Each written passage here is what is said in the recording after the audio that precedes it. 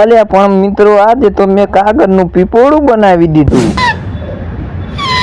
સવારમાં મોડું થઈ ગયું હતું ને મોડું થયું એટલે આપણે વાંધો નથી.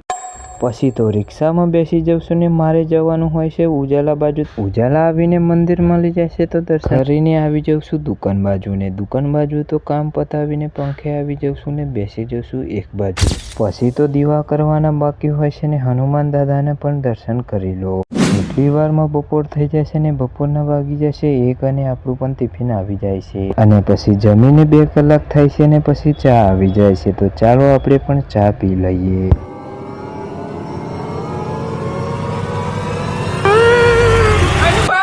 હવે તો આપણી ચા ઢોરાઈ જશે તો ચા શું પીશું? ના મિત્રો, આ રહી છે ચા અને આ હતી ખાલી પહેલી. તો મસ્ત મજાની ચા પીશું ને ચા પીતા મને વિચાર આવે કે કંઈક બનાવીએ આપણે. પછી તો શું મિત્રો, આ કાગળથી આપણે બનાવવાનું હોય છે પીપોળું. તો કેવી રીતે બનાવશું? બની જાય છે પીપોળું ને આજનો બ્લોગ ગમે તો લાઈક શેર સબસ્ક્રાઈબ કરવાનું ના ભૂલતા. અને ચાલો હું તમને વગાડીને પણ બતાવું.